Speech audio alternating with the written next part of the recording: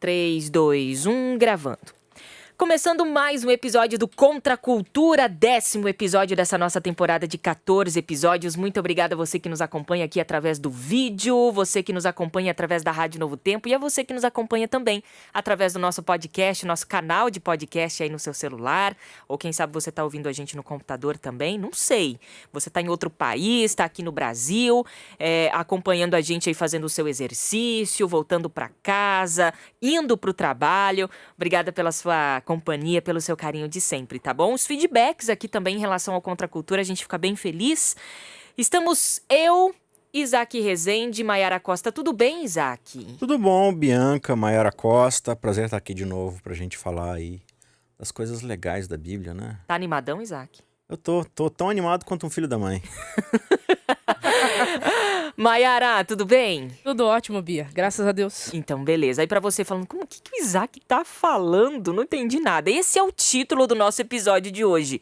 Filhos da Mãe. Mas essa é a pergunta da minha vida, né, Bianca? O que o Isaac tá falando? O próprio Isaac pergunta pro Isaac. Não, de fato, de fato.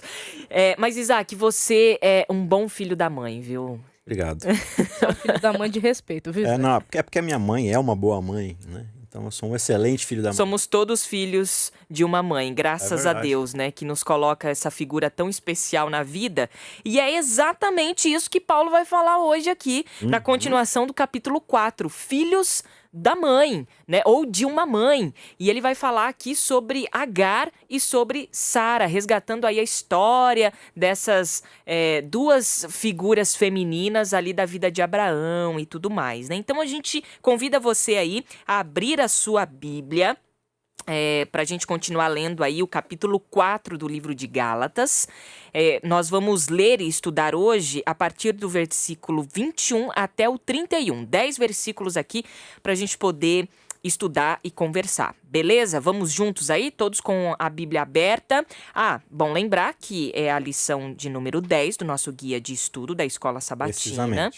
O título da nossa lição, do nosso guia de estudo é As Duas Alianças, tá? Lição de número 10 para você acompanhar aí também na sua lição. Vamos lá, então?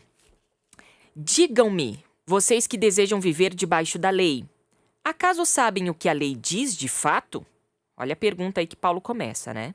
De acordo com as Escrituras, Abraão teve 2 filhos, um nascido de uma escrava e outro de sua esposa que era livre. O filho da escrava nasceu segundo a vontade humana. O filho da mulher, livre, nasceu segundo a promessa. Essas 2 mulheres ilustram 2 alianças. A primeira, Agar, representa o Monte Sinai, onde o povo recebeu a lei que o escravizou. Maiara, você disse que ia dar um panorama geral aí do que a gente está estudando de Gálatas. Eu queria que você desse esse panorama e aí a gente vai para as questões aqui que Paulo já logo apresentou nesses versículos. Sim, é importante a gente fazer um panorama, porque pode ser que tenha alguém que caia de paraquedas e comece a acompanhar o Contra a Cultura desde o 10º agora episódio, fica meio perdido, ainda mais com essa leitura que você fez aí. Mas é uma pena, hein? Vamos lá, se você está escutando isso pela primeira vez, o Contra a Cultura pela primeira vez, vale a pena voltar nos episódios anteriores, né, Isaac? Exatamente. Até você precisa entender isso, porque ninguém lê um livro a partir do 3º, 5º capítulo, né? Você não vai pegar lá seu livro, sei lá, o que você gosta de ler. Tem uns loucos, tá? Entendeu? Esses livros doidos aí que você lê quando ninguém tá vendo, que você gosta de ler aí. Então, deixa eu ver aqui, vou ler a partir do 7º capítulo. Não, você lê da introdução. E a gente está estudando um livro, uma carta, né? Então a gente precisa ler desde o primeiro verso. Então volte lá no episódio 1 dessa série de Gálatas para ver qual é o contexto. Mas como a gente... Enquanto isso... É muito gente boa, assim. Somos bons filhos da mãe. Amém. Né? Filhos educados, queridos. Manda aí o geralzão aí do livro de Gálatas. O geralzão, para quem tá chegando agora, é que Paulo escreve essa carta para algumas igrejas que ficavam na região da Galácia, do sul, provavelmente. E ele estava tendo pelo menos 2 problemas com a igreja ali, problemas com relação ao legalismo, né? Você tentar se salvar por meio da lei, e também, por causa disso, alguns problemas que vão resultar de relacionamento dentro da igreja, conforme nós ainda vamos chegar lá. Então, os capítulos 1 e 2, você vai encontrar Paulo fazendo uma defesa do seu ministério apostólico, porque o ministério dele apostólico estava sendo posto em xeque por esses cristãos que chegaram pregando salvação por obras nas igrejas da Galácia. Os capítulos 3 e 4 ele vai fazer uma forte defesa do evangelho, e os capítulos 5 e 6 ele vai falar sobre a ética cristã. O que é ser verdadeiramente salvo por graça, onde é que entra a obediência nisso. Então esse é um panorama geral para quem está chegando agora entender do que a gente está falando aqui. Estamos no capítulo 4, então a gente vai chegar aí nesse final muito bacana aí do livro de Gálatas, muito em breve, aqui no Contra a Cultura, tá? Bom, a gente começou a ler aqui os versículos 21 até o 24. Na minha versão, talvez se vocês quiserem até apresentar uma outra versão, seria legal. Mas no comecinho aqui ele já apresenta uma pergunta. Certo. Que é, Paulo, né? Acaso sabem o que a lei diz de fato? Já manda uma perguntinha ali pra colocar pulga atrás da orelha, né? Não, que é uma questão que a gente enfrenta sempre na igreja, né? E não só as outras pessoas, mas a gente mesmo. A gente às vezes descobre um verso, descobre uma verdade, descobre alguma coisa e acha que tudo se resume àquilo ali. Aí a gente chega na igreja e fala assim, porque isso aqui é assim, assim, assado. E você começa a cobrar as pessoas daquilo ali, né? E a pessoa poderia muito bem virar para você e falar assim, tá, mas você só tá analisando um aspecto. E o que o resto da Bíblia diz? Então é isso que tá acontecendo com Paulo. Tá, vocês estão falando aí de circuncisão e dessa história toda, porque vocês estão exaltando a lei, a lei, a lei. Já que vocês estão falando de lei, vamos analisar a lei, então? Vocês sabem o que é lei, né? E aqui é importante a gente entender que Paulo, quando ele tá falando de lei, principalmente nesse contexto, ele não tá falando de 10 mandamentos. Exatamente, ele não tá falando do decálogo aqui. Lei aqui representa toda a instrução dada por Deus. Se você quiser, Antigo Testamento. Se você quiser acompanhar o escopo, né? Se você quiser acompanhar esse trecho que Paulo está citando, que é a lei, você pode acompanhar na sua Bíblia, tá de Mateus para trás. Tudo que tiver de Mateus para trás é o que Paulo está se referindo sobre a lei. Ou seja, o Antigo Testamento todo. Basicamente, obrigado por esse resumo bem próprio. Bem resumido. Então, basicamente, tudo aquilo que é a vontade revelada de Deus na Bíblia é a lei para Paulo. Então, ele vai contar agora uma história bíblica, que é a experiência de Abraão, que tanto está sendo citada aqui nos argumentos que ele vai trazendo, e ele chama isso de lei, ou seja, a história de Abraão por si já é uma lei. E essa pergunta que Paulo coloca aqui bem no comecinho, né, dessa parte aqui do quarto capítulo, é bom a gente lembrar e contextualizar que ele estava falando sobre promessa e sobre lei, e ele falando que a promessa era superior à lei. Que promessa era essa? Era a promessa de que Deus daria o descendente que justificaria a todos dos seus pecados e traria salvação, né? Quando você fala de Abraão, isso significava um herdeiro, toda uma estrutura de uma descendência, mas a ideia é de que essa descendência traria o descendente, que Paulo chama, que é Cristo, que viria para justificar a todos nós e nos trazer a salvação, né? E aí Paulo traz a história de Abraão. Na verdade, ele traz aqui nem Abraão, são as esposas de Abraão, né? Ele coloca aqui as mães, né? Não é nem o pai Abraão agora, são as mães, né? Ali de que ele já Ismael e estabeleceu Isaac. que todos somos filhos de Abraão. Ele já estabeleceu isso, né? Vocês pela descendência de DNA, os gentios pela descendência da promessa. Porque ele já provou para ele nos argumentos anteriores, para eles, de que todos que se revestem de Cristo, e Cristo é descendente de Abraão, também são descendentes de Abraão. Só que agora ele vai falar assim, tá, agora que a gente já estabeleceu a paternidade... Quem é o pai, agora quem são é a mãe. Por isso... Quem é a mãe desses filhos todos Isso, aí, título, né? Os filhos da mãe.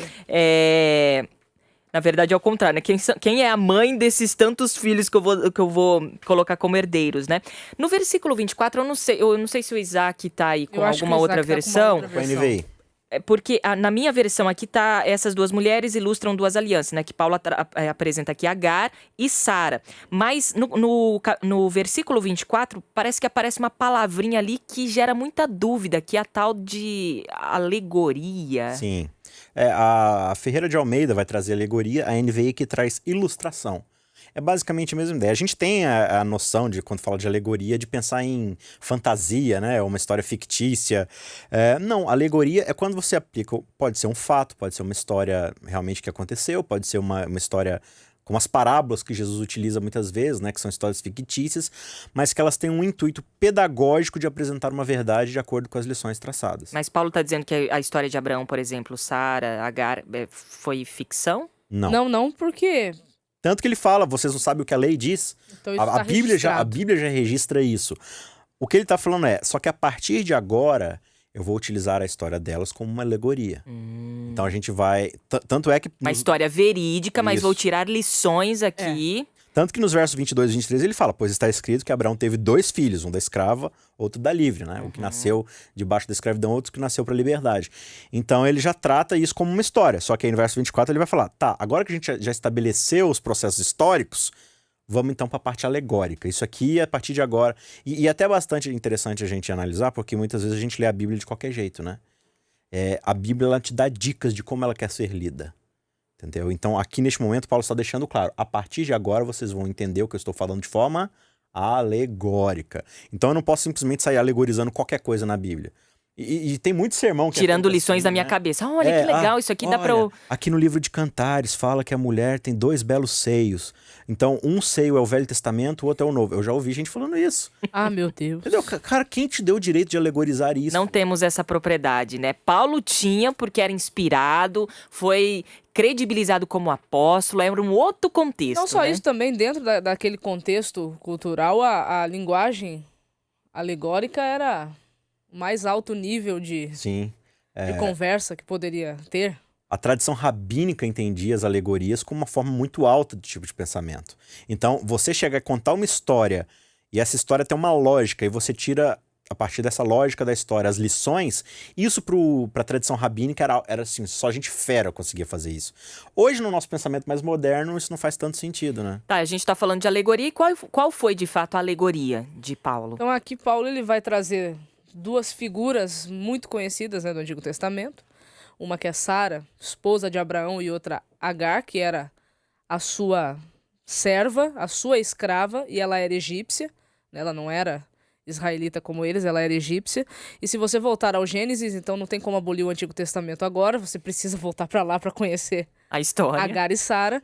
Nós vamos ver que Deus ele chama Abraão, dá uma promessa para ele, diz que ele teria um filho, né?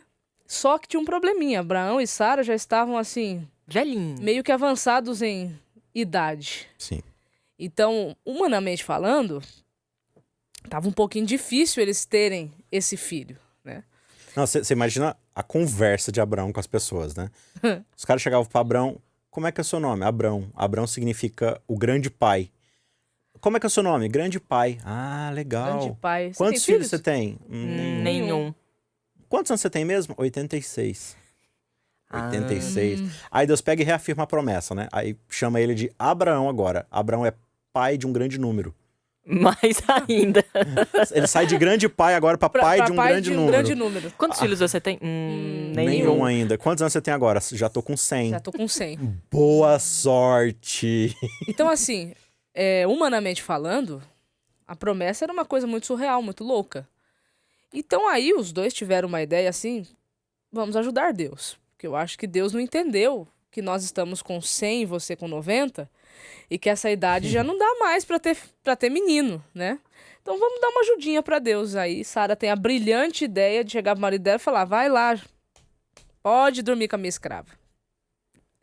Abraão, O que né? juridicamente e moralmente na época tava tudo certo. Não tinha problema nenhum você fazer dentro isso. daquele contexto cultural. Interessante que dentro daquele contexto cultural nem foi considerado. Não tinha nenhum adultério problema. aquilo. Não tinha nenhum problema. Era Mas normal fazer isso. Né? Mas a gente sabe que, pelo que Deus havia estabelecido como ordem para o casamento... Inclusive, a lei de Moisés, a lei de Moisés prescreve isso. Se uma mulher não pode dar o descendente pro seu marido, ele tem direito de se casar com uma segunda.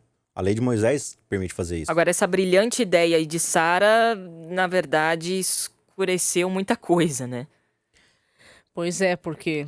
Porque aqui você cai num contexto extremamente contrário ao pacto de Deus. Se o pacto de Deus é totalmente validado e embasado a partir da fé, o que Abraão e Sara fizeram é incredulidade. Eles tentaram alcançar a promessa de Deus por meio das suas próprias obras, ou seja, daquilo que eles podiam fazer para alcançar aquela promessa.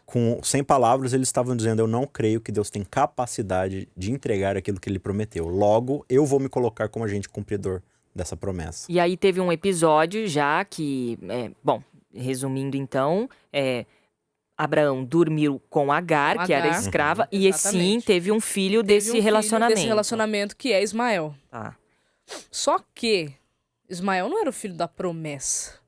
Porque o filho da promessa seria o filho da esposa. Isso. Não da escrava, da esposa. E aí entra toda essa discussão que nós estamos aqui. posteriormente, então, Deus deu um filho. Posteriormente, sim. Só que ainda Sara e Abraão. demorou ainda uns 20 anos para que isso acontecesse. E aí nasceu, Por isso que o menino chama Isaac. Isaac, né, Isaac? olha aí, Exatamente. o Do filho da hebraico, promessa. Isaac, risadinha. Risadinha. Risadinha. Por que risadinha, hein? Não sei dizer, eu sou alguém tão Por sério. que Deus estava conversando com Abraão Ah, sobre esse assunto? engraçadinho. Engraçadinho. E Sara estava ouvindo num outro compartimento da casa. E quando ela ouviu Abraão conversando com Deus que ela teria um filho, ela riu. Até porque ela era estéreo, né? Só tinha esse detalhe lógico aí, muito legal. Legal Deus falar isso daí. Acho que ele não sabe que eu sou seca por dentro, né? Eu não tenho condição de ter gerar um filhos. filho. Aí ela dá uma risadinha. Agora você imagina que legal que deve ser toda vez que ela ia chamar Isaac, quando ele já tava mais moço, né? Isaac, aí ela parava. Isaac. E dava uma risadinha. Né? Dava uma- Eu acho que Porque- Deus falou, não, eu acho que eu vou falar filho da risada. Ela mesmo, lembrava porque de tudo aquilo que aconteceu e de toda a história. É filho da risada. Como é que é? O que você falou é riso? Risadinha. Risadinha, É um riso. risadinha. Um risinho. Engraçadinho. Então, ele vai falar que, olha, vocês precisam lembrar que a lei, a história, a nossa tradição abraâmica, ela diz o quê? Abraão, ele gerou Ismael a partir de Agar. Mas a partir de Sara, ele gera Isaac. Só que a grande questão aqui é que Agar gera Ismael segundo a carne de Abraão. Segundo o esforço, a tentativa abraâmica, Jeitinho. o jeitinho, que não era brasileiro, né? Era o jeitinho cananeu. Caldeu, né? Caldeu. Jeitinho Jeitinho caldo. caldeu. E aí, mediante a promessa, Deus dá o filho Isaac a Abraão via Sara. Só que a grande questão, como a gente falou, é que Sara era estéril. Então, a única forma de Sara ter um filho era o quê? pelo Era de poder forma Deus. sobrenatural. Exatamente. E era Miraculosa. justamente, é só o poder de Deus que pode fazer E isso. aí teve pra gente resumir essa história, pra gente partir pro final aqui, Agar foi expulsa ali das Sim. propriedades de Abraão. Como é que foi isso? Começou a perseguir, Ismael começou a perseguir o menino. Você imagina, o menino, ele cresce, tá um tempão ali com o pai, aí quando ele já tá moço, sonhando ali em receber a herança do pai, Primogenitura, chega um né? menino que é um bebezinho, mas é o preferido do pai e é o que vai receber tudo. Você imagina como o Ismael deve ter se sentido, né? E ele começa a Sara implicar ficou com Isaac. bem chateada e falou assim, olha, eu não quero mais essa mulher e esse menino aqui, você Porque Agar, mandem eles embora. ela começou a se comportar não mais como escrava. Uhum, Ela queria os direitos de Claro. esposa. sim. Bom, Então vamos seguir no texto aqui? vamos. Eu quis dar todo esse panorama aí, porque agora, no versículo 25, entendendo que Agar foi pro deserto, saiu dali, Sara ficou, ficou com Abraão, Paulo continua. E Agar, que é o Monte Sinai, na Arábia, representa a Jerusalém de agora, pois ela e seus filhos vivem sob a escravidão da lei. A segunda, Sara, representa a Jerusalém celestial. Ela é a mulher livre e é a nossa mãe. Como dizem as escrituras, alegrem-se mulher sem filhos, você que nunca deu à luz, grite de alegria, você que nunca esteve em trabalho de parto, pois a abandonada agora tem mais filhos que a mulher que vive com o marido. E vocês, irmã? Bom, acho que dá pra gente vamos segurar aqui um pouquinho. Postar aqui um pouco. Vai. Então, aqui ele faz, então, a finalização da sua aplicação. Ele vai dizer o quê? Então, da mesma forma como Agar gerou um filho escravo e foi expulsa do arraial, foi expulso da família, Agar representa o quê? Representa a Jerusalém de agora, que é uma Jerusalém escravizada à lei, que é justamente vocês, entendeu? Então, vocês ficam aí falando de Sinai, vocês estão presos a um pacto que vocês mesmos estabeleceram lá no Sinai. Não foi Deus que estabeleceu a lei como pacto no Sinai, né? A gente já viu Paulo argumentando sobre isso. A lei ela foi acrescentada com outro propósito, não o propósito de cumprir a aliança, né? Só que ele vai falar, só que a mulher livre, que gera o filho livre, essa é a Jerusalém lá de cima. É a Jerusalém quando a gente começa a falar novamente de Cristo e da herança que Cristo nos deixou como filho de Deus e tal. Então, para Paulo, dentro dessa história, a gente tá falando assim, não, você tem ali Abraão, beleza, Abraão gerou tudo. Mas Abraão gerou um filho escravo e gerou um filho livre. Vocês, ao quererem obedecer a lei num pacto que é fracassado, que vocês mesmos tentaram estabelecer, vocês estão se colocando como filhos de Agar. Então, na verdade, ele não coloca os judaizantes, tão orgulhosos da sua descendência, como filhos de Isaac. Ele coloca como filhos de Ismael, né? Como escravos. Esse é todo o ponto dele aqui. E aí ele continua no versículo 28. E vocês, irmãos, são filhos da promessa, como Isaque. Ismael, o filho nascido da vontade humana, ou seja, vontade da carne, perseguiu Isaque, o filho nascido do poder do Espírito. E o mesmo ocorre agora. Mas o que dizem as Escrituras sobre isso? Livre-se da escrava e do filho dela, pois o filho da escrava não será herdeiro junto com o filho da mulher livre. Portanto, irmãos, não somos filhos da escrava, somos filhos da mulher livre. Então, olha só, ele vai alegorizar desse jeito, ele vai falar de forma bem forte, bem emblemática, querendo dizer o seguinte: se nós continuarmos tentando nos salvar, né, ou alcançar o favor de Deus por intermédio daquilo que nós fazemos, nós somos escravos. Isso. E estaremos, por final das contas, expulsos do arraial, perdidos.